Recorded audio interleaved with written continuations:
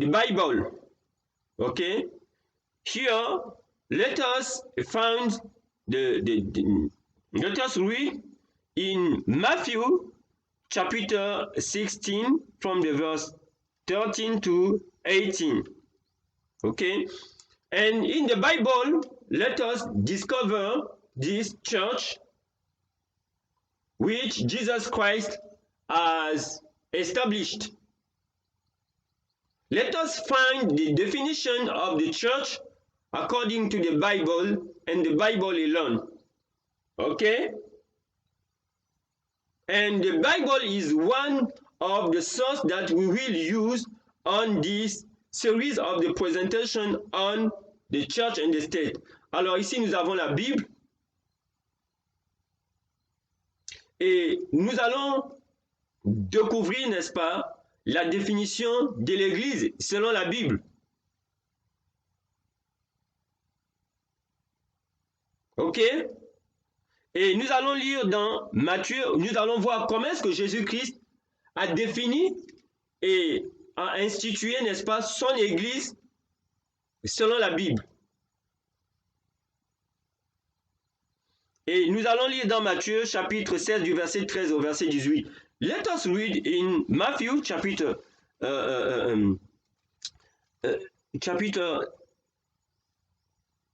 16 from the verses 13 to 18. Matthieu chapitre 16 du verset 13 à 18. Let us read in English. When Jesus came into the coasts of Caesarea Philippi,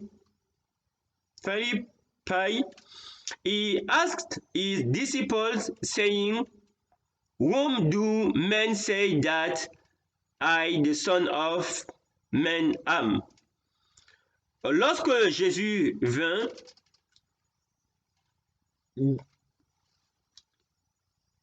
dans les côtes de Césarée en Philippi, il demanda à ses disciples, disant, Qui dites-vous que je suis? N'est-ce pas? Qui dites-vous que je suis? And they said, Some say that you are John the Baptist. Certains disent que tu es Jean le Baptiste. Some Elias. Certains disent que tu es Élie. And others, et d'autres, Jeremiah, d'autres Jérémie, or one of the prophets, ou un des prophètes. Ok? Donc ici, dans cette région de Césarée, lorsque Jésus-Christ arrive, il va demander à ses disciples, qui dites-vous que je suis? N'est-ce pas, le Fils de l'homme? Et ses disciples répondront à Jésus-Christ qu'il y a certains qui disent que tu es Jean le Baptiste, il y a d'autres qui disent que tu es Élie, ou d'autres qui disent que tu es Jérémie, ou l'un des prophètes. The 15, he saith unto them, But whom say ye that I am? Et vous, qui dites-vous que je suis? And Simon Peter answered and said, You are the Christ, the Son of the living God. Et Simon Pierre répondra et dira, Tu es le Christ, le Fils du Dieu vivant. Au verset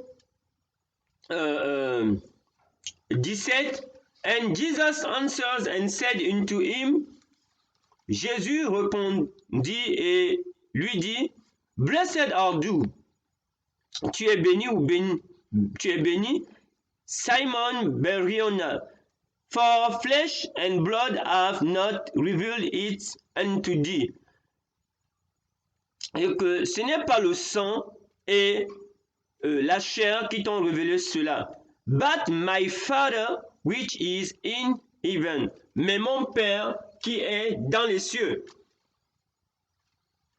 And I say also unto thee, et je te le dis, that thou art Peter. We have underlined this. Thou art Peter, and upon this rock I will build my church. Et je te le dis que tu es Pierre, nous avons souligné cela. And upon this rock, et sur cette pierre, I will build my church. Je bâtirai mon église. And the gates of hell shall not prevail against it. We are in the King James Version. Et ici, la version de la Bible que nous utilisons, c'est la King James en anglais. King James Version. And this passage of Matthew is very, very relevant to understand the definition of the church according to the Bible and the Bible alone.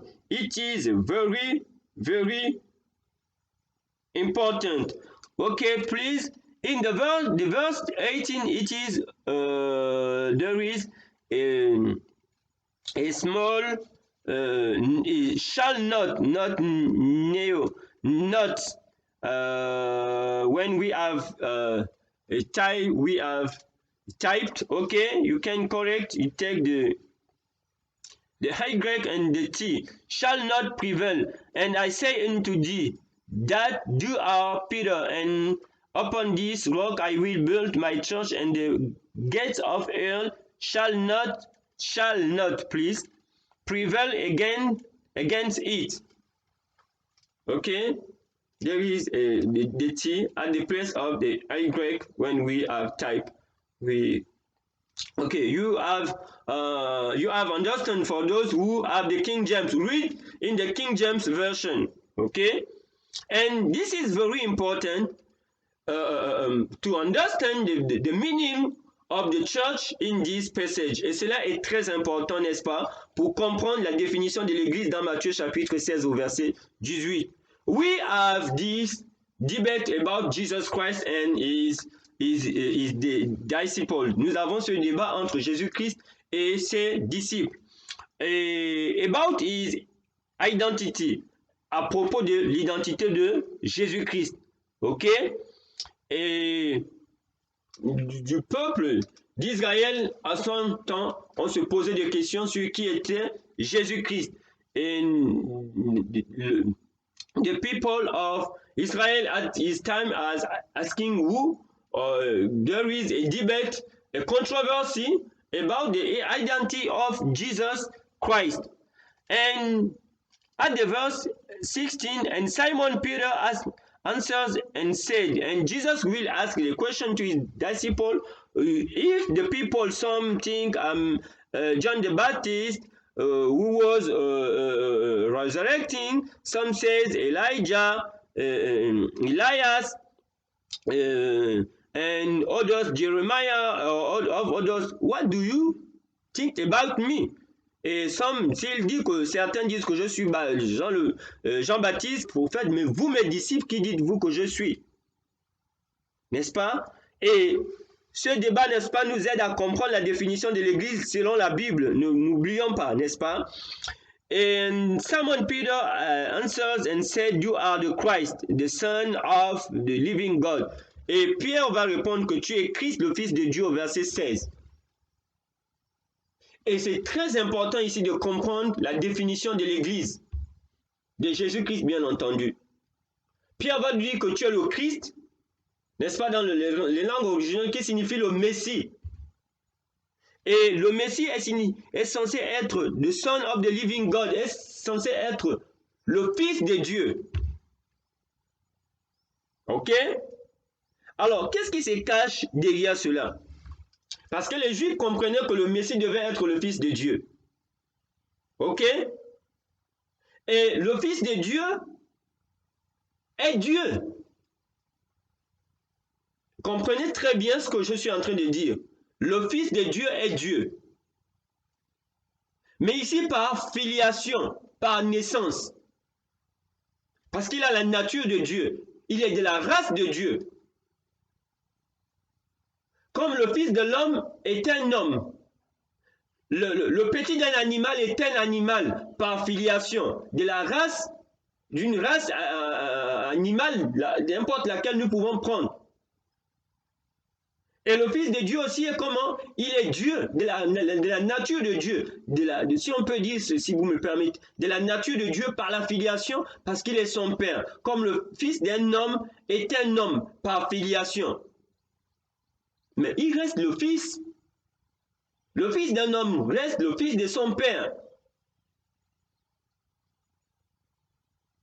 Ok? Par filiation. Donc ici le débat se pose parce que Jésus-Christ dit qu'il est le Messie, mais ils savent où Jésus-Christ a grandi, ainsi de suite. Bien que les prophètes comme Ésaïe avaient déjà prophétisé la naissance de Jésus-Christ. Ésaïe 53, j'invite chacun à lire. Non, pardon. Ésaïe, pas Ésaïe 53, c'est le Messie, oui. Ésaïe 53 donne, à parler, n'est-ce pas, du Messie comme étant l'agneau de Dieu. Mais Ésaïe aussi, n'est-ce pas, a prophétisé sur, il y a plusieurs prophéties, dont Ésaïe, sur la naissance, la venue au monde de la Vierge, n'est-ce pas, qui sera enceinte. Donc nous sommes en train de parler ici de Fils de Dieu. Et Ésaïe, n'est-ce pas, avait déjà prophétisé. Il y a d'autres prophètes qui ont donné des renseignements tels que les Michée, n'est-ce pas, sur le lieu de naissance du Messie. Il y a d'autres, n'est-ce pas, qui ont parlé de d'autres aspects, n'est-ce pas, de sa venue au monde. Et Ésaïe, par exemple, a parlé de la venue au monde de Jésus dans Ésaïe chapitre 7 précisément. Ésaïe 53, c'est l'agneau de Dieu.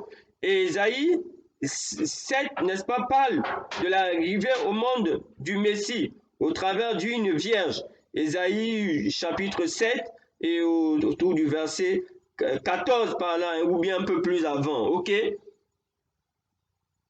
Donc le débat ici en Israël, beaucoup vont contester, vont dire Jésus-Christ n'est pas le Fils de Dieu. C'est ça le débat qui accourt ici, n'est-ce pas? Et nous devons très bien, n'est-ce pas, comprendre cela. Et here we have this controversy about the identity of our Lord Jesus Christ, because many of his generation, when they know where Jesus Christ have grew up, they know his family, but they try to ignore that some prophets have foretold about the birth of the Messiah. We have, for example, Isaiah chapter 7, with the virgin who will be pregnant. And here, when they see the humble condition of the family of Jesus Christ, they have rejected him as the Messiah. And what is the controversy here? Because they know that the Messiah will be the Son of God. And the Son of God is supposed to be God by his filiation, because he is a begotten Son. As the son of a man is a man by filiation. Because he has the nature of the man, but he remains the son. As with the animals. Okay?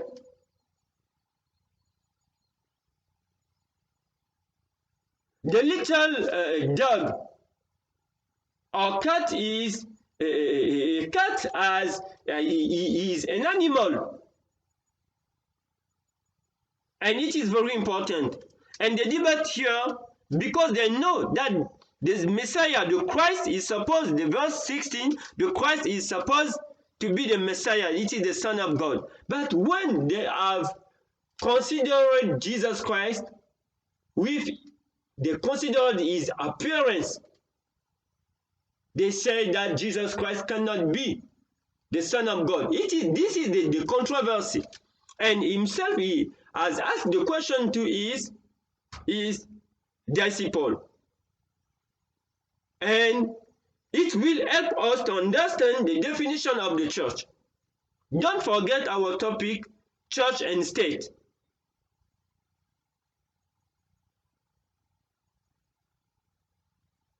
And here, Jesus Christ is God, but is God by his filiation. We need to understand this. He is the Son of God. He has the nature of God. He is not God by co-equality, not by co-equality, coexistence.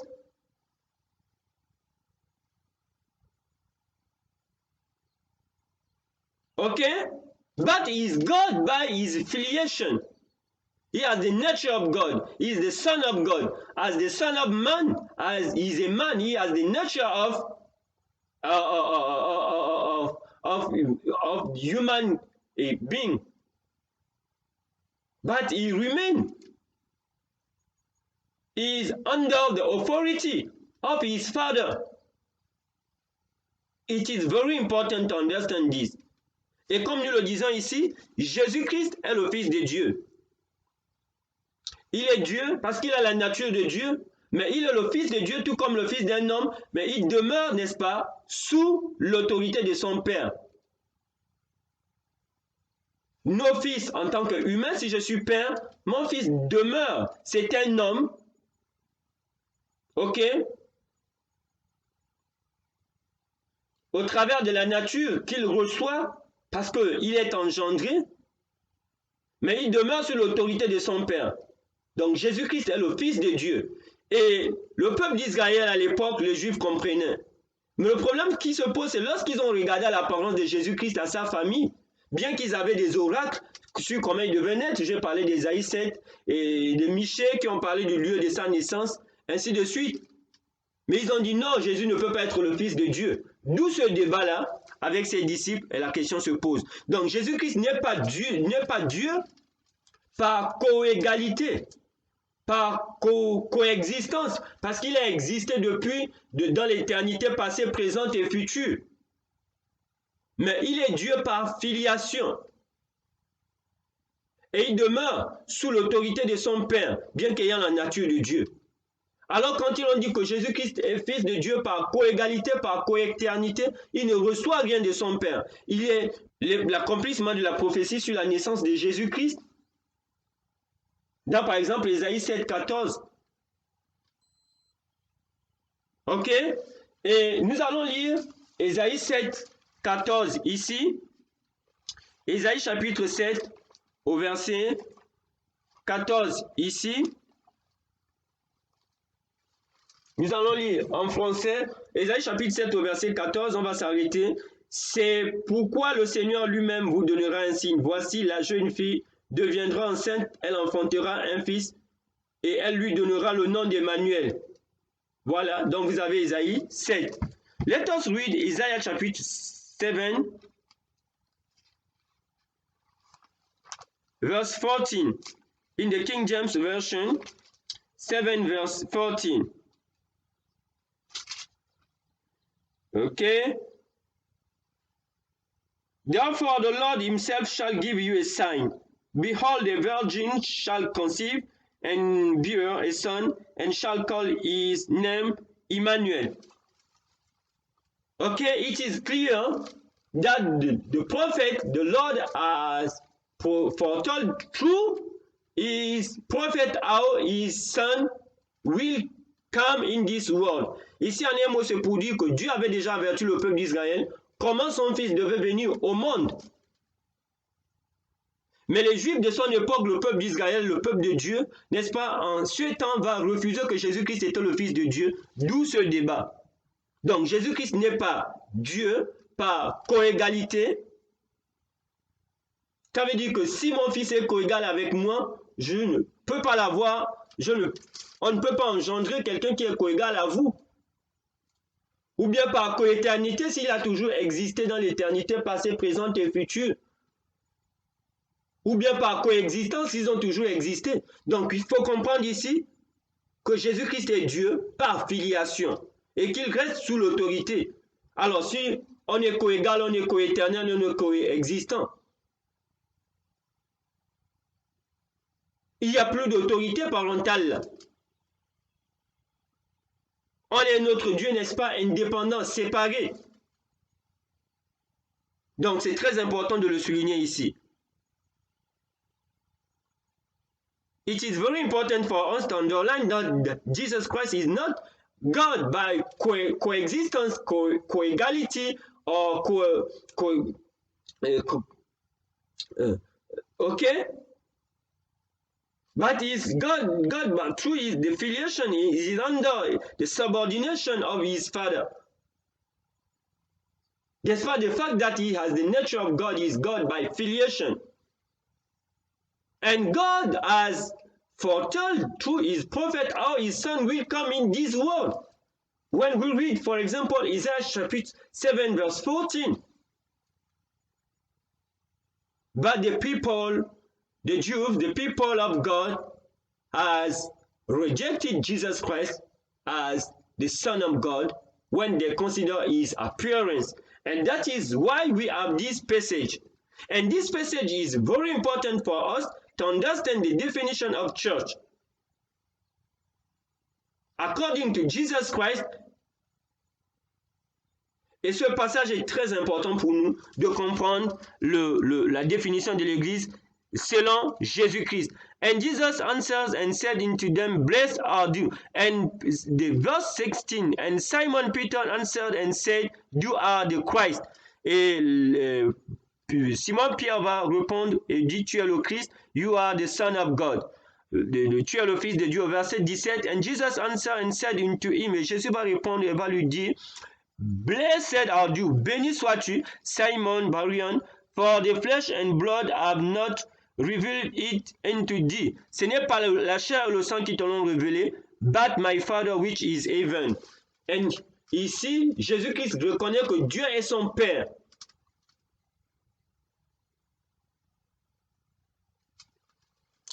And I say unto thee, et je te le dis, c'est Jésus-Christ qui parle, that you are Peter, que tu es Pierre. And upon this rock, I will build my church. Et sur cette pierre, je bâtirai mon église. And the gates of hell shall not, okay, please, prevail against it. Change the Y, it is T, during the typing. You understand? And read in your King James version. Et les portes de l'enfer ne prévaudront point contre elle. Les portes de l'enfer n'auront pas la victoire sur cette église-là. And we have underlined, and I say unto thee, you are Peter. And when we consider the Greek, Peter here means Cephas. Okay? And upon this rock, I will build my church. What is this second, this rock?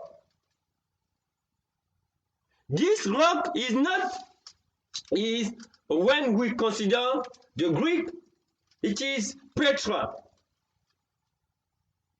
And what is this Petra? This rock is not Peter as his disciple, as a person. But we have this teaching. In the Christianity, we say that Jesus Christ has built his church upon his disciple, Peter, Cephas, as a person. It is not true when we consider the Bible and the Bible, because this rock is Petra. Peter is Cephas in the Greek, and this rock is Petra, a solid rock. I will build my church, and the gate here shall not prevail against it. What is this rock? Upon this rock. This rock is the verse 16. And Simon Peter answered and said, "You are the Christ, the Son of the living God." This is this revelation which has come from the Father, not from the blood and the shirt. The verse 17, Jesus Christ said, and Jesus answered and said upon him, "Blessed art thou, Simon Barjona, for the flesh and the blood have not revealed it unto thee, but my Father which is in heaven." This is upon this revelation that Jesus Christ is the Son of God. Jesus Christ has built his church upon the revelation. The church of God, the church of Jesus Christ is building upon this revelation. If you have a Christian church which is not building upon this revelation that Jesus Christ is the Son of God, is God by filiation, it is not the church of God, the Father of Jesus Christ. It is not the church of Jesus Christ.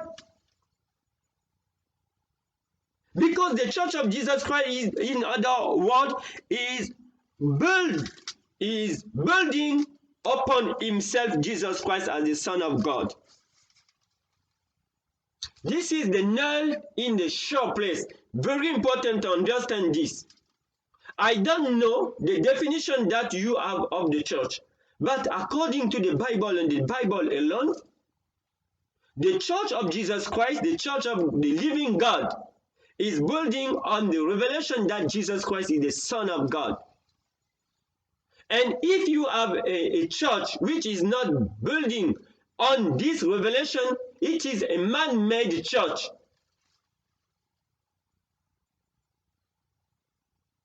Very important for us to understand. The rock which Jesus Christ is talking in the verse 18 is himself. It is the answers of Peter in the verse 16 to his question. Who do you say that I am? Is the question to his disciples.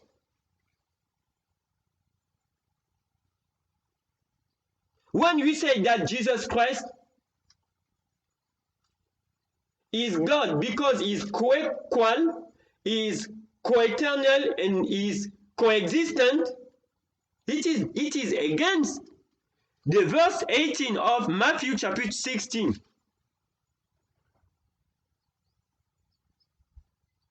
Jesus is God because he is the Son of God. He is not God's Son. When we say God's Son, we don't find this in the Bible. It means that Jesus Christ is co-equal, co-eternal. And when you say the Son of God, is God by filiation. But when we say is God's Son, we don't find this in the Bible. It means is co-equal, co-eternal, coexistence. And it is not the church of the living God. The church of the living God is building upon this rock, this Petra, that Jesus Christ is the begotten Son of God, as in John chapitre 3 verse 16. Et ici nous sommes en train de dire qu'il est très important. Le verset 18. L'église du Dieu vivant, l'église de Jésus-Christ est bâtie sur la révélation que Jésus-Christ est le Fils de Dieu. Pas Dieu le Fils. Parce que lorsqu'on dit Dieu le Fils, ça n'existe pas dans la Bible. On trouve le Fils de Dieu. Dieu le Fils, ça veut dire qu'il est coégal, coéternel, coexistant. Dans l'éternité passée, présente et future. Comme enseignent certains théologiens. Dans ce cas, il n'est pas fils. Fort. Et ça, c'est en contradiction avec le verset 18 de Matthieu chapitre 16, du verset 13 au verset 18. Alors que si on dit le Fils de Dieu, c'est qu'il est Dieu, par filiation. Et l'église de Jésus-Christ, l'église du Dieu vivant, est bâtie sur ce roc. Quand il dit ici, tu es Pierre, Pierre, le disciple, et sur cette pierre, sur la révélation que tu as donnée, que le Père t'a révélée, et non la chair et le sang, je vais bâtir mon église. Mais il y a des églises qui sont bâties sur la révélation que, sur soi-disant la révélation que Jésus-Christ a bâti l'église sur Pierre, en tant que disciple, en tant que personne, c'est en contradiction avec le verset 18. Et c'est l'église d'aujourd'hui qui est en vogue dans la chrétiennité.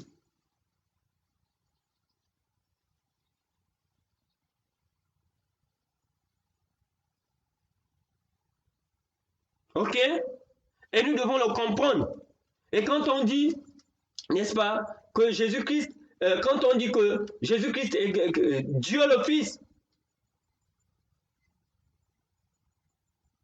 ça c'est quoi? C'est ce qu'on appelle la doctrine, ou bien le dogme de la Trinité.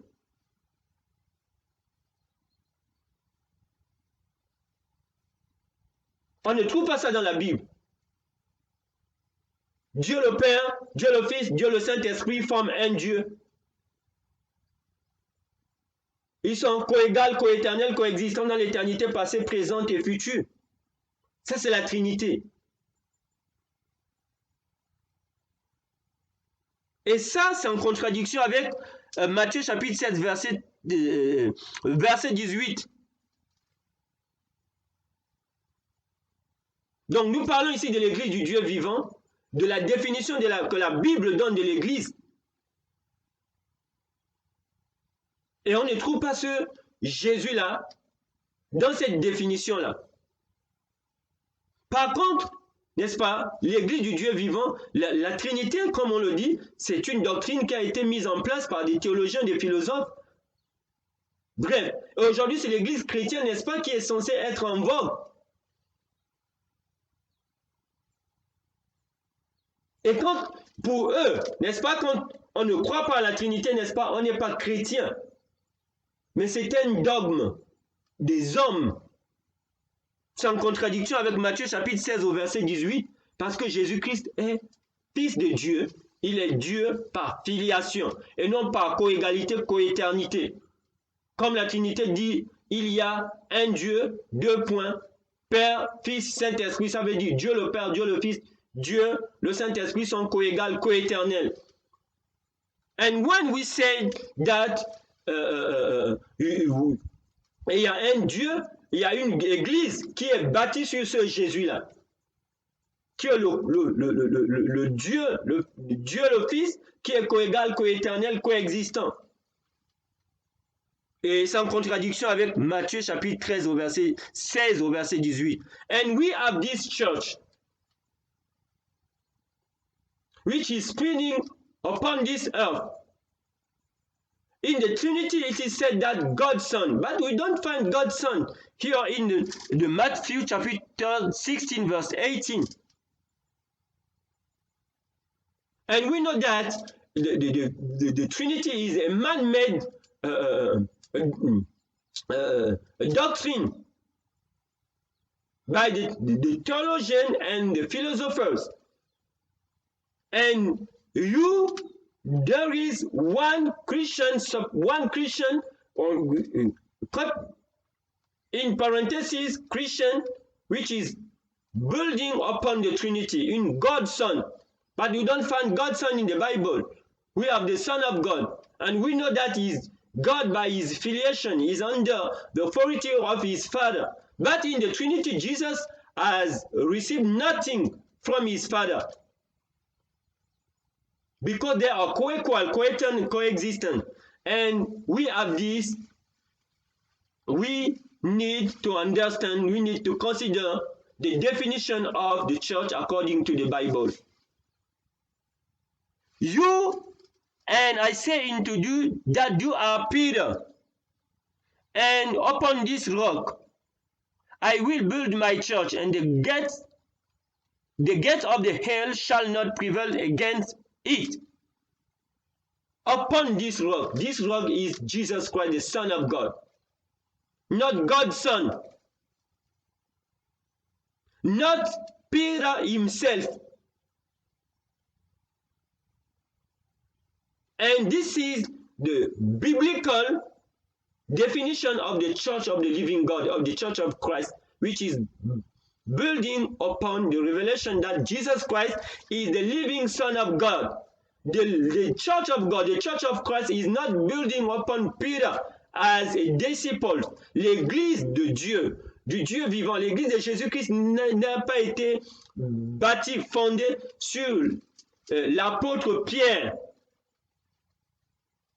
Non, ou bien sûr Dieu le Fils, qui est coégal, qui est coéternel, qui est coexistant, mais sur le Fils de Dieu. And Jesus Christ is calling all the people to belong to this church, which is building upon the Son of God, on himself. Jésus appelle tous les peuples de la terre à appartenir à cette église qui est bâtie sur lui-même comme étant le roc. Okay?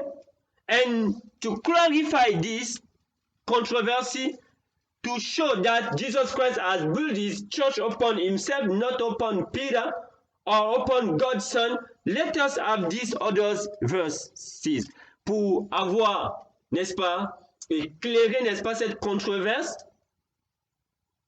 qui date depuis des siècles, que Jésus-Christ n'a pas bâti son église sur Pierre, l'apôtre, ou sur son disciple, ou bien sûr Dieu le Fils de la Trinité.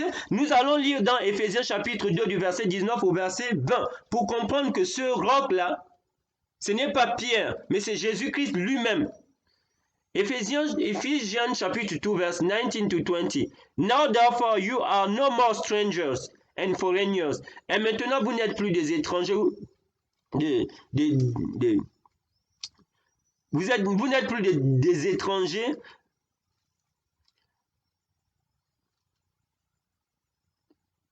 but fellow citizens with the saints. Mais vous êtes devenus, n'est-ce pas, on va dire, des concitoyens avec des saints, ou bien des participants avec des saints, and of the household of God, de la demeure de Dieu, and are built upon the foundation of the apostles and prophets. Et vous avez bâti sur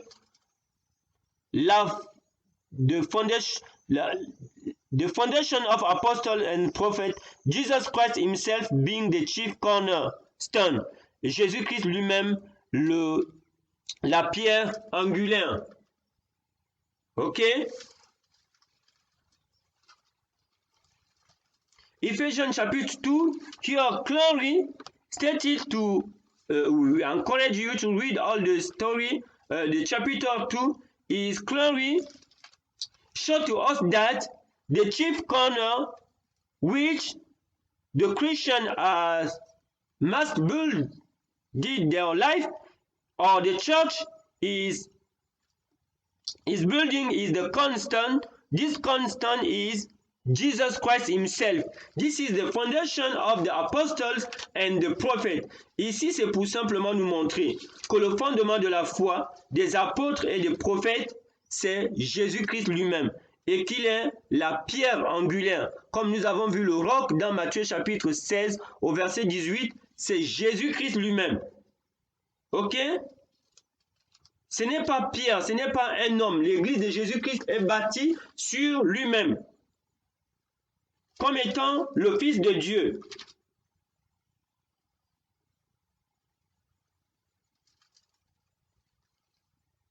Et il est très important pour nous de le comprendre.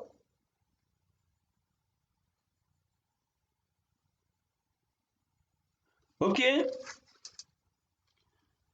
And build upon the foundation, there is the foundation, not in plural. Please, during the type, there is the upon the foundation, it is one foundation, or built upon the foundation. There is a mistake if we don't pay attention to the typing the S. Upon the foundation, please, of the apostle and prophet, it is singular, not plural. Jesus Christ himself being the chief cornerstone. Okay, this is the one foundation of the apostles and the prophet is Jesus Christ. Apostle Paul has taught to the Christian that the church of God, the church of Christ, is building upon himself. He is the cornerstone. He is the rock. Upon this rock I will build my church. Upon this revelation that I'm the Son of God, I will build my church. Et ici, nous lisons dans Éphésiens chapitre 2 du verset 19 à 20, nous allons lire, n'est-ce pas, en français ici, pour l'apôtre Paul enseigne aux croyants et à l'Église que le fondement de l'Église du Dieu vivant ou de Jésus-Christ, c'est Jésus-Christ lui-même. Comme dans Matthieu chapitre 16 au verset 18, il a dit tu es Pierre et sur cette pierre-là c'est la révélation de la réponse de Paul au verset 16, qu'il est le Fils de Dieu. C'est sur cette révélation que l'Église du Dieu vivant ou de Jésus-Christ, n'est-ce pas, est bâtie. Au verset, Éphésiens chapitre 2 du verset 19 à 20, il est écrit « Ainsi vous n'êtes plus des étrangers ni des gens du dehors, mais vous êtes concitoyens des saints, gens de la maison de Dieu. Vous avez été édifiés sur le fondement des apôtres et des prophètes, Jésus-Christ lui-même étant la pierre angulaire. » Et donc la fondation, il y a une fondation de l'Église du Dieu vivant, c'est Jésus-Christ, la révélation. Le roc, tu es Pierre, et sur cette pierre, Pétra, la révélation que je suis le Fils de Dieu, je bâtirai mon église. Et cette église, les portes de l'enfer n'auront pas la victoire. N'auront pas la victoire sur elle. Ok? Pour ceux-là qui sont dans cette controverse, qui continuent à croire que non, Jésus-Christ a bâti son église sur un homme, un disciple, l'apôtre Pierre. Non. C'est lui-même la révélation qu'il est le Fils de Dieu. Pas qu'il est Dieu le Fils. Bien qu'étant Dieu par filiation. Et on donne encore un autre verset pour montrer clairement, n'est-ce pas, à Actes chapitre 4 verset 11. Jésus est la pierre rejetée par vous qui bâtissez et qui est devenue la principale de l'angle. Ok? Donc, Jésus-Christ a bâti son église sur lui-même comme étant le Fils de Dieu et non sur Pierre. Ça, c'est une église humaine. Ce n'est pas l'église du Dieu vivant. Donc, Actes chapitre 4 au verset 11. Actes chapitre 4 au verset 11, il est écrit « Jésus est la pierre rejetée par vous qui bâtissez et qui est devenue la principale de l'angle. » Et nous voyons que la Bible s'explique elle-même. Et dans ces temps de la fin, nous devons lire la Bible de nous-mêmes. Sortir de cette église, de ces églises humaines, joindre l'église où Jésus-Christ, qui est bâti sur Jésus-Christ comme étant le Fils de Dieu. Et non sur une doctrine humaine, la Trinité. Dieu le Père, il y a un Dieu, deux points. Dieu le Père, Dieu le Fils, Dieu le Saint-Esprit. Dieu le Père, Dieu le Fils, Dieu le Saint-Esprit. On ne trouve pas Dieu le Fils et Dieu le Saint-Esprit dans la Bible. Ils sont coégaux, ils sont coéternels, coexistants.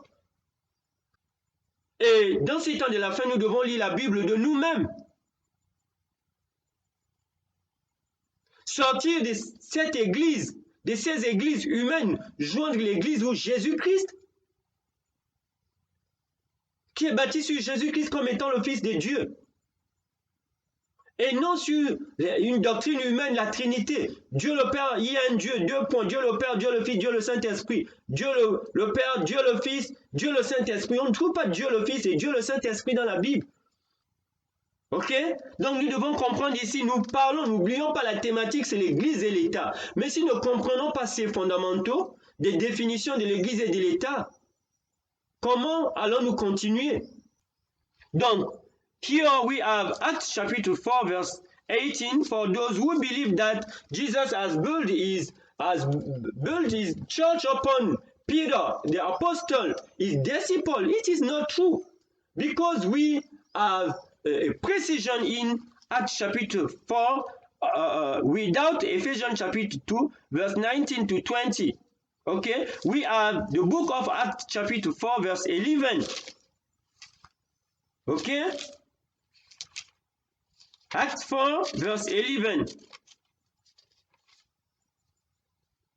This is the stone which was set at naught of your builder, which is become the head of the corner. Okay? And this head of the corner, this stone is Jesus Christ himself. It is one accord with Matthew chapter 16 verse 18. This revelation of Peter. Okay? And we can read in Peter chapter 1 Peter chapter 2 verse 1 to 8 to clarify that Jesus Christ is this stone himself, not apostle Peter or the disciple. And the Lord is called the humankind to join his church, which is building upon his Son, not God's Son, not the Trinity. It is a man-made church. And here we have the 1 Peter chapter 2 verse 1 to 8. Wherefore, laying aside all malice and all guile and hypocrisies and envies and all evil speaking, as newborn babies desire the sincere milk of the word, that you may grow thereby. If so ye have tested that the Lord is gracious to one coming as unto a living stone, disallowed indeed of men, but chosen of God and precious. You also as lively stone are built up a spiritual house, and newly pressed out to offer up spiritual sacrifices acceptable to God by Jesus Christ. Wherefore also it is containing in Scripture, behold, I lay in Zion a chief corner stone, elect, precious, and that he believeth on him shall not be confounded.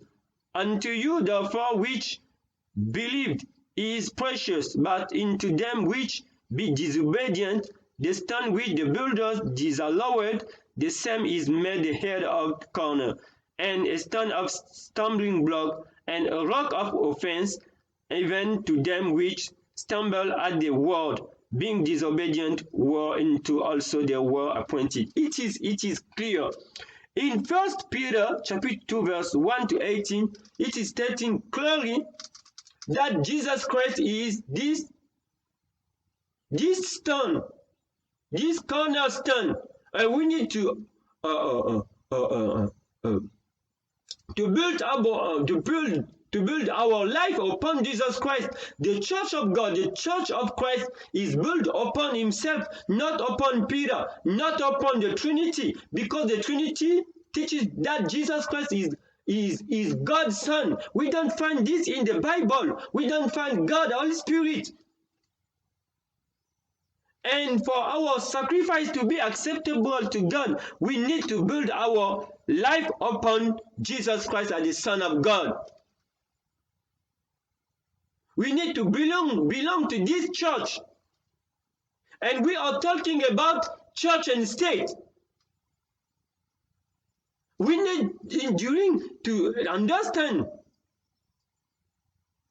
what is the advices of God to his church. The advice is the teaching of the relation that Jesus Christ wants his church to have with the state. And the Bible is calling us as Christians as the living stones. Okay? It is clear. For those who don't understand the controversy, in the book of Matthew chapter 16 verse 13 to 18, we have the light in Ephesians chapter 2 verse 19 to 20, to Acts chapter 4 verse 11, to 1 Peter chapter 2 verse 1 to 8. It is clear. Et nous allons lire dans 1 Pierre au chapitre 2 du verset 1 au verset 8. Pour ceux-là qui continuent toujours, qui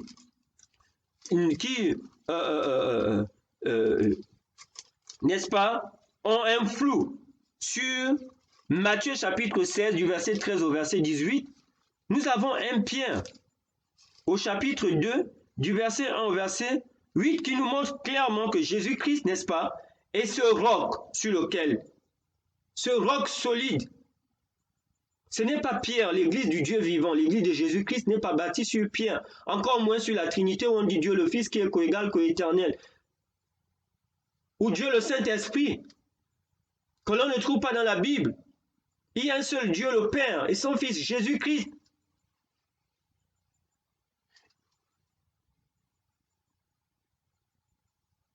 Ok?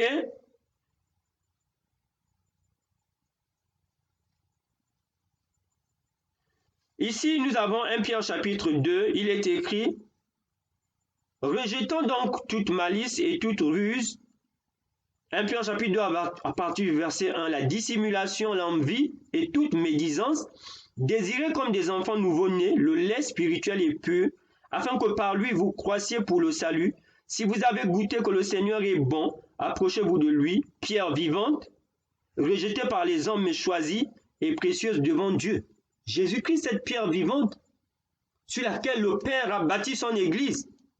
Approchez-vous de lui, pierre vivante, rejetée par les hommes, mais choisie et précieuse devant Dieu, verset 4. Au verset 5, et vous-même, comme des pierres vivantes, édifiez-vous pour former une maison spirituelle, un saint sacerdoce, afin d'offrir des victimes spirituelles agréables à Dieu par Jésus-Christ. Car il est dit dans l'Écriture, voici je mets en Sion une pierre angulaire, choisie, précieuse, et celui qui croit en elle ne sera point confus. C'est Jésus-Christ, n'est-ce pas, cette pierre. L'honneur est donc pour vous qui croyez, mais pour les incrédules, la pierre qu'ont rejeté ceux qui bâtissent est devenue la principale de l'angle et une pierre d'achoppement et un rocher de scandale. Donc pour ceux qui ne croient pas, n'est-ce pas, on dit que Jésus-Christ devient une pierre d'achoppement.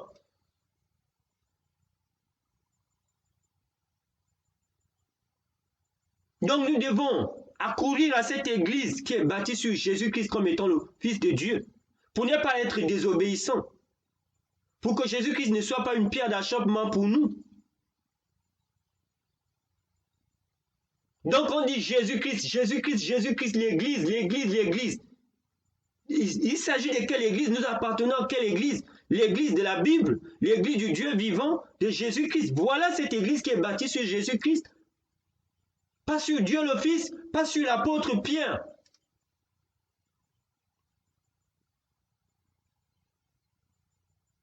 Pas sur trois dieux en un, ou bien un Dieu en trois.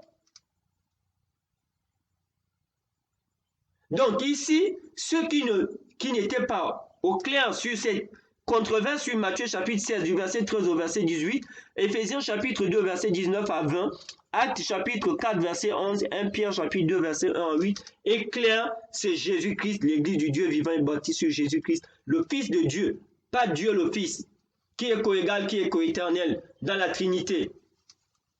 Alors qu'il y a un seul Dieu qui a son Fils Jésus-Christ, et le Saint-Esprit est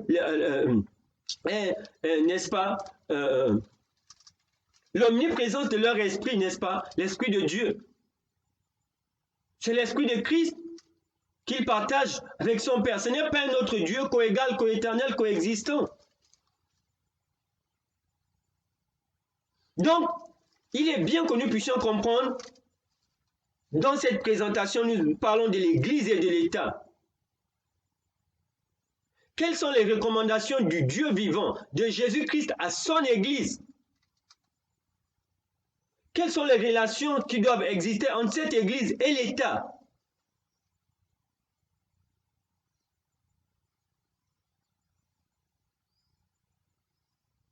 Évidemment, si c'est une église humaine, elle n'obéira pas, n'est-ce pas, au conseil que Dieu donne à son église vis-à-vis de l'État.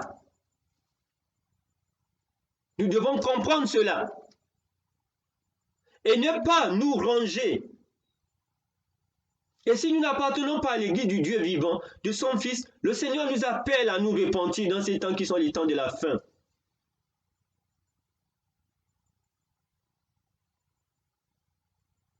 Sinon, si nous n'appartenons pas à l'église de Jésus-Christ qui est fondée sur lui-même, il sera une pierre d'achoppement.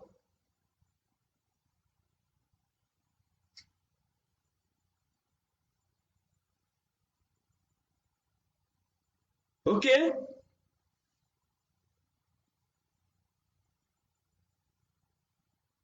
Au lieu d'être notre sauveur, il sera notre juge lorsqu'il va revenir. Juge, je veux dire, n'est-ce pas? Il serait un sujet de condamnation pour nous, Jésus-Christ. Puisque nous sommes désobéissants. Mais soyons obéissants. Le Seigneur nous encourage à être obéissants. Et chacun d'entre nous est encouragé à partager cette présentation, à liker, à partager, à inviter d'autres à nous rejoindre, à regarder, à écouter ces présentations sur l'Église et l'État.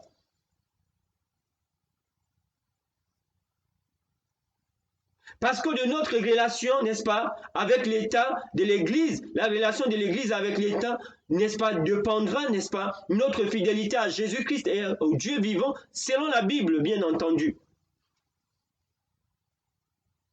Et notre salut en dépend.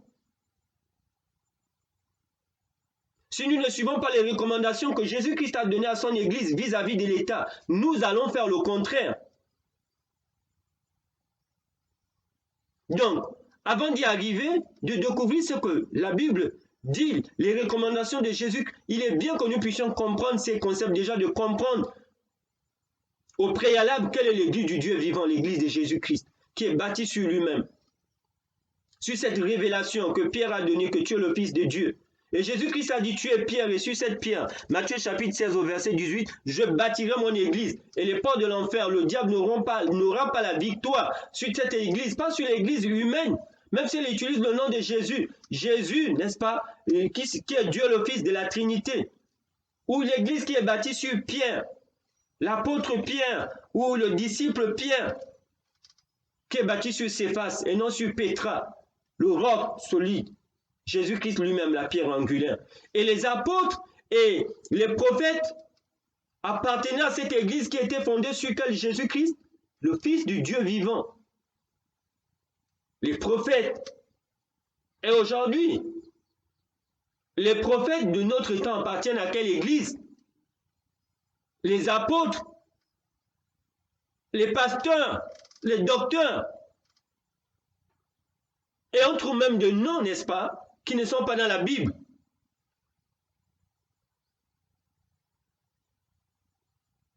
Partageons cette présentation. Invitons d'autres à nous rejoindre sur YouTube, sur Facebook. Likons, partageons.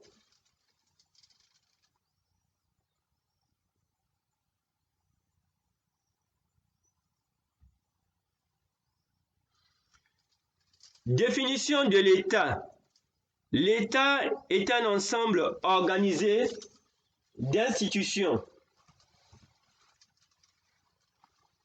qui vise à assurer le bon fonctionnement d'une société. Il faut garder en tête que la domination, la force et la violence sont des attributs appartenant essentiellement à l'État. En effet, l'État est un pouvoir de contrainte nécessairement supérieur à celui de la société.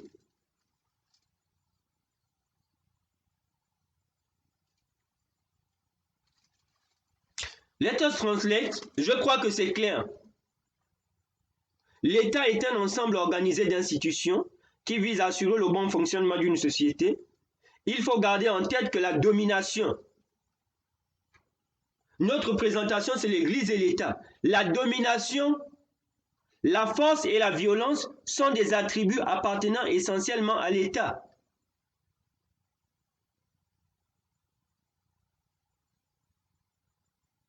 Ok? Et avec la définition que nous avons donnée de l'Église, il est bien déjà de comprendre ici que l'État a le monopole, et en effet, l'État est un pouvoir de contrainte nécessairement supérieur à celui de la société. Si la violence appartient à l'État, nous avons vu dans l'une des définitions des dictionnaires N4 que l'autorité de l'Église et de l'État sont opposées. Si la violence appartient à l'État, est-ce que l'Église doit faire... si l'Église et l'État s'unissent, l'Église va faire aussi usage de quoi? De la violence? C'est ça, non?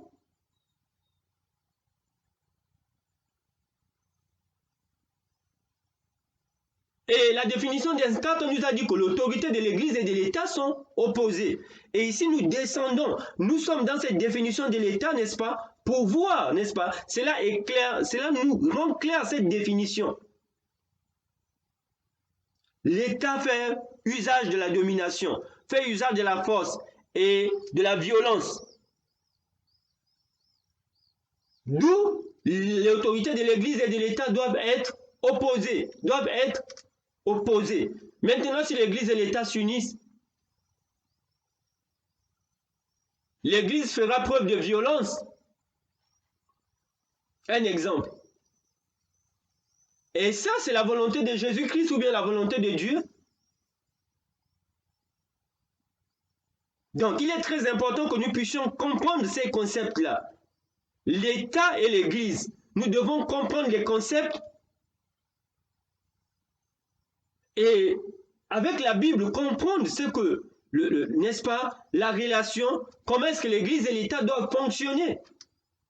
Et il s'agit de quelle Église? Est-ce que c'est une Église mise en place par des humains? Ou c'est l'Église du Dieu vivant qui est bâtie sur le Fils de Dieu, Jésus-Christ, l'Église des apôtres et des prophètes? Ou c'est une Église qui est bâtie, n'est-ce pas, sur Dieu le Fils, sur une doctrine mise en place par des philosophes, des théologiens dans l'histoire des empereurs, la Trinité, et toutes les autres doctrines qui ne sont pas dans la Bible, n'est-ce pas? L'église qui est bâtie sur Pierre en tant qu'apôtre et disciple, il s'agit de quelle église? Mais nous allons parler de l'église du Dieu vivant, de l'église qui est bâtie sur Jésus-Christ comme étant le Fils de Dieu.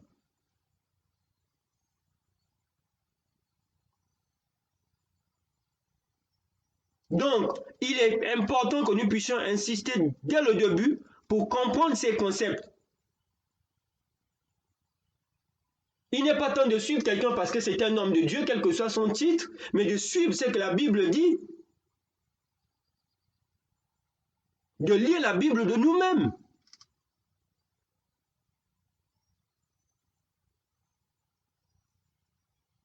Et dans cette question de l'Église et de l'État,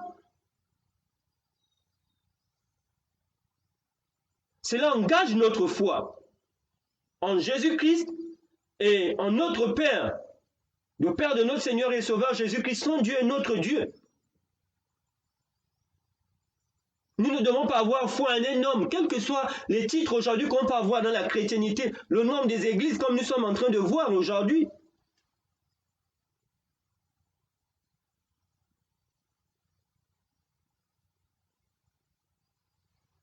Let us translate the definition of the state. Okay? We can say the state is an organized body of an institution which the aim is to assure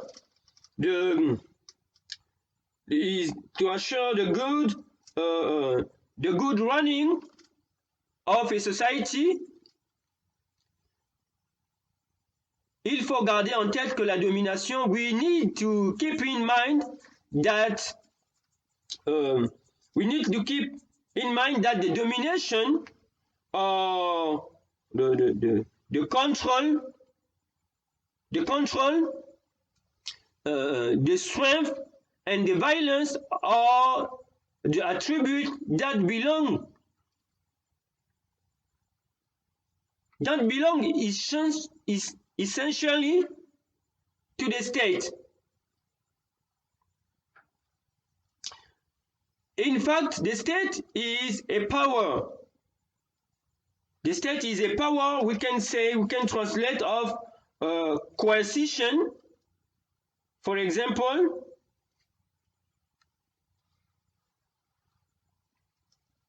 a power of coercion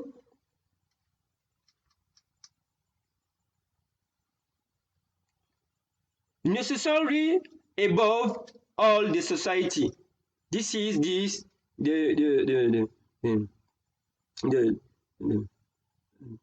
definition of the state according to this source. And we have watching a formal definition in the dictionary in Carter that the authority of the church is opposed to the authority of the state. And here we see, for example, that the domination, the strength, the violence are the attributes of the state. And for example, if the church and the state unite, what will happen in the society? Can we argue that the church of God, the church of Christ, the living God, can use, for example, the violence or some attribute of the church here?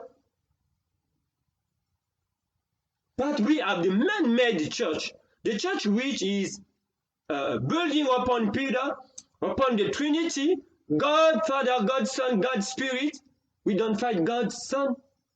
We don't fight God's Spirit. The Holy Spirit is the omnipresence of the Spirit of God and His Son, the Spirit that the Son received from His Father. It is not another God separate, another being. There is one God. He has a Son, Jesus Christ. Despite the fact that He is God by His filiation, not by co-equality, co-eternity, is not another God separate from His Father.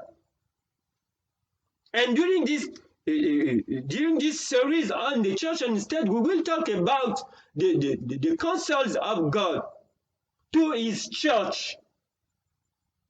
The counsels of Jesus Christ is warning to His church. And it is clear that the human-made church will do the contrary of the warning, the advice of God to His church, en Christ. Et il est clair qu'une église humaine créée par des humains fera le contraire de ce que la Bible dit de la relation qui doit exister entre l'église et l'État. But to understand the church and the state, we need to consider all this, the definition of this concept, please, to understand them clearly.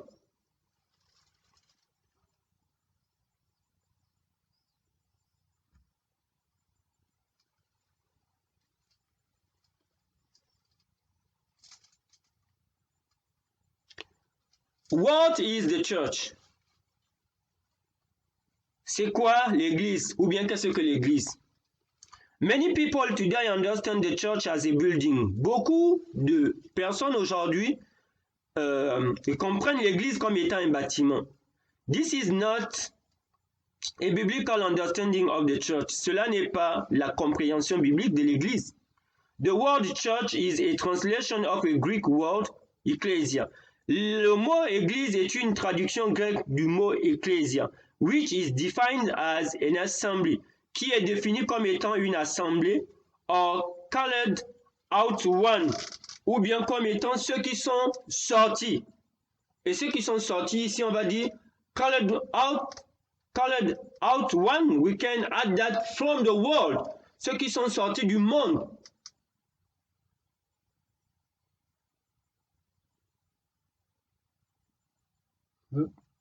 called out one. The root meaning of church is not that a building, but a people. La racine de la signification de l'Église n'est pas un bâtiment, mais un peuple. It is ironic that when you ask people what church they attend, c'est ironique lorsque vous demandez aux gens à quelle église ils participent ou bien ils appartiennent ou bien ils assistent. They usually identify a building. Souvent, ils identifient un bâtiment. On appartient à telle église parce que il y a tel bâtiment, il y a tel bâtiment et tel bâtiment. Mais on nous dit ici que là, selon la racine même du mot église, ne fait pas référence à un bâtiment, mais cela fait référence à un peuple. Et Romains chapitre 16, verse 5, Romains chapitre 16 au verset 5, 16 dit, Greet the church that is in their house. Salue l'église qui est dans leur maison. Paul refers to the church in their house, not a church building. Paul fait référence à une église dans une maison, not a church building, pas à un bâtiment, but a body of believers, un corps de croyants. Et aujourd'hui, n'est-ce pas, on a dit ici, chacun est encouragé à lire Romains chapitre 16 au verset 5 pour comprendre le contexte. Paul dit de saluer l'église qui est dans la maison. Ça fait référence à quoi? Une maison, à une famille. Est-ce qu'aujourd'hui, vous croyez que votre famille est une église ou bien il faut appartenir à un bâtiment? À une maison, ça fait référence à un groupe de gens qui se regroupent. C'est ça l'église. C'est un peuple. C'est des personnes, n'est-ce pas? Et non à un bâtiment, mais un corps de croyants. Mais aujourd'hui, n'est-ce pas, si vous n'appartenez pas à un bâtiment, ainsi de suite, si vous êtes dans une famille, si vous êtes des croyants, groupe de croyants, mais on va même, vous n'avez même pas conscience que vous êtes une église.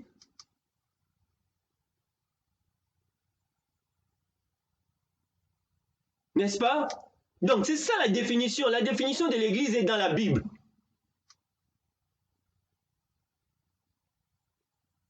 Qui définit aujourd'hui l'église? C'est l'État qui définit c'est quoi une église? Pour vous, la définition de l'église vient de qui? Doit provenir de qui? C'est un homme de Dieu, je ne sais pas quel que soit son titre, qui va vous dire qui est c'est quoi une église? C'est la Bible qui nous dit c'est quoi une église. Et pour Paul, l'église de Jésus-Christ, l'église du Dieu vivant, c'est des gens qui pouvaient se réunir dans une maison. Ça pouvait faire référence à une famille.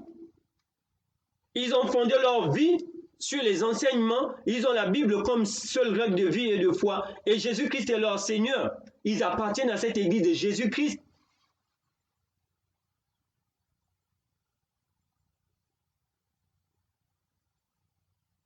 Ils peuvent se réunir sous un arbre ou je ne sais pas où, dans une maison. C'est un corps de croyants.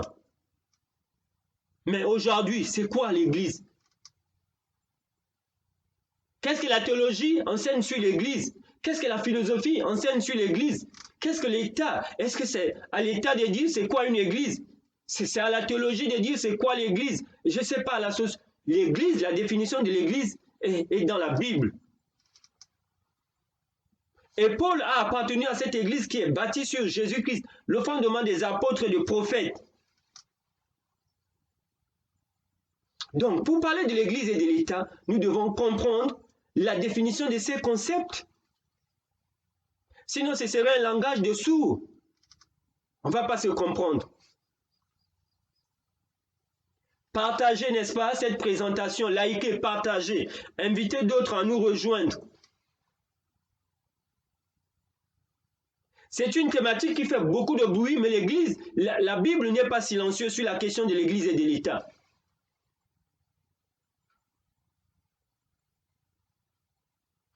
And here we see clearly through this slide that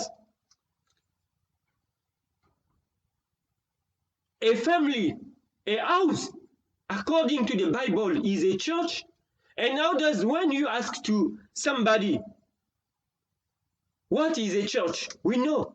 They refer to an organization, a building, and so on.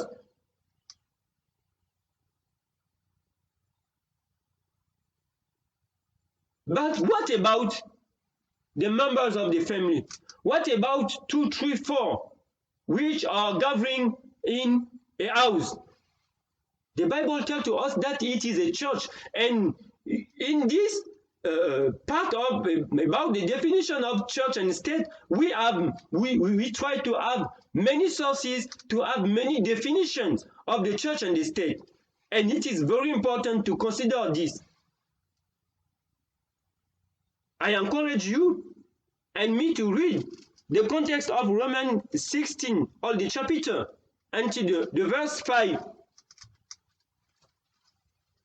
It is very important to understand in these last days, because we are living in the last days, and we need to have a faith which is basing upon the Bible and the Bible alone.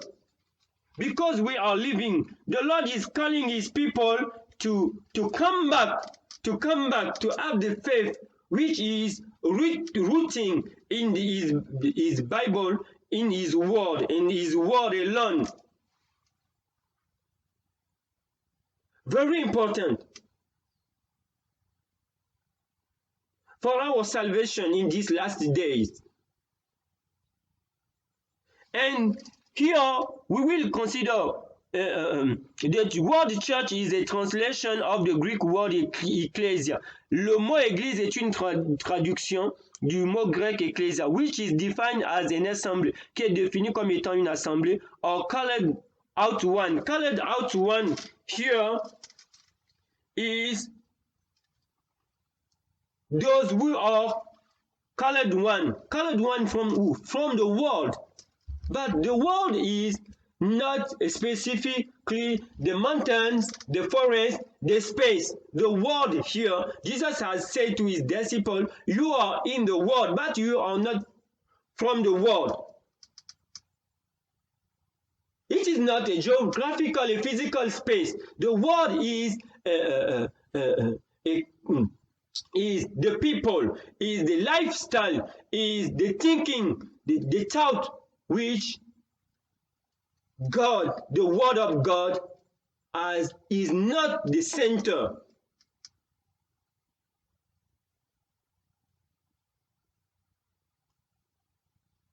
How there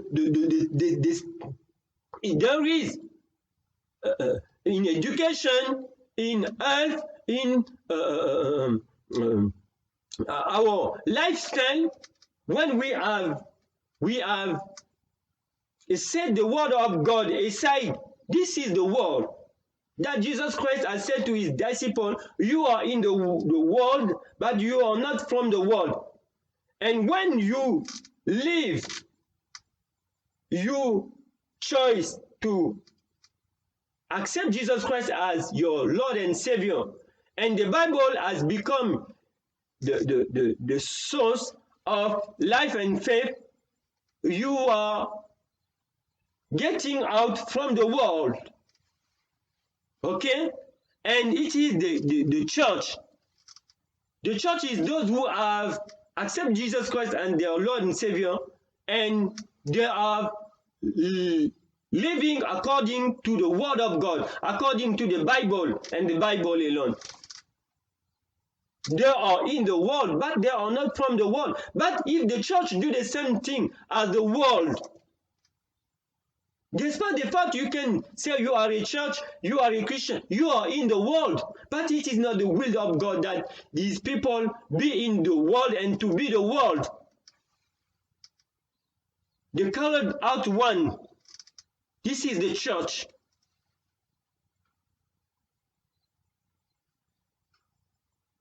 We have the same fashion, we have the same thought, we have the same speeches as the world. We are not the colored out. The colored out one, need to live according to the Bible and the Bible alone. And on the question of the state and church, we need to know how our Lord Jesus Christ is talking out to interact with the state. How the church of God, the church of Christ, must interact with the state. Et ici, il est très important, lorsqu'on dit que le mot grec, le mot église est une traduction du mot grec ecclésia, qui est défini comme étant une assemblée où ceux qui sont sortis ici, Jésus-Christ a dit que vous êtes dans le monde, mais vous n'êtes pas du monde. C'est quoi le monde? C'est pas les forêts, c'est pas les plaines, c'est pas l'espace géographique, l'espace. Ce monde ici, c'est un style de vie, de pensée, d'éducation, mode de vie où la Bible n'est pas le cœur, n'est pas la règle de vie et de foi. La santé, l'éducation, la gestion, n'est-ce pas? Et même aussi notre foi. Si notre foi n'est pas basée sur la Bible, nous sommes encore dans le monde. Même si nous disons nous sommes des chrétiens, nous sommes ainsi de suite. Et dans ces temps qui sont les temps de la fin, Dieu veut que son peuple puisse comprendre ses avertissements, ses conseils sur comment son Église doit interagir avec l'État.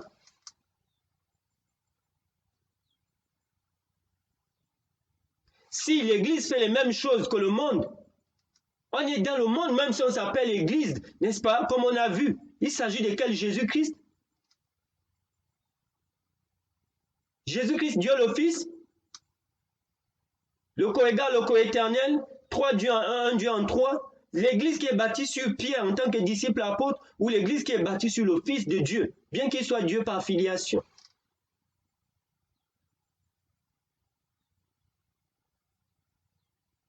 Et comme le Fils de l'homme est un homme, il n'est pas co-égal à son Père.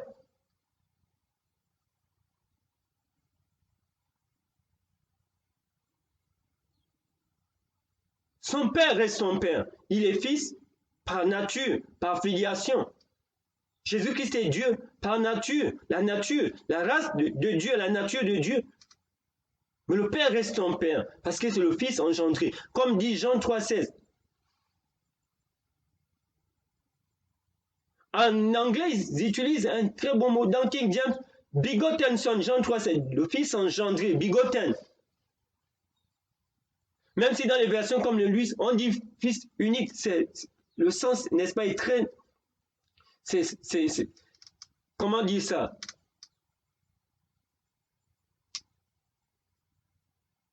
C'est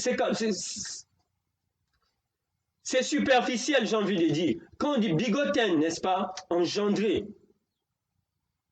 ça veut tout dire.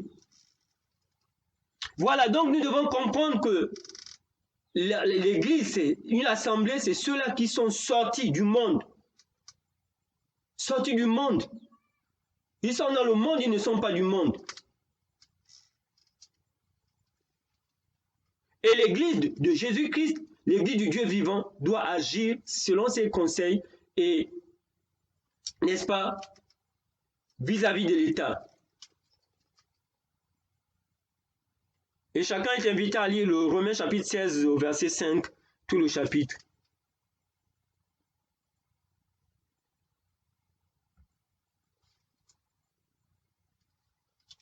Ok, nous rendons honneur et gloire à l'Éternel notre Dieu pour cette série de présentations sur l'Église et l'État et pour toutes ces définitions. Puisse l'Éternel bénir chacun d'entre nous et nous allons prier. Heavenly Father, we give you honor and glory. Thank you for this opportunity we have to begin this series about the church and state. Lord, may you fill us by your Holy Spirit and to watch over us by your holy angels and to help us to understand your will as the church of living God, the church of Jesus Christ, to understand your will about our relationship with the state. May you, Lord, bless your people around the world we will watch this presentation, and may you be with us during this series on the church and state. We ask you all this blessing in the name of our Lord Jesus Christ. Amen.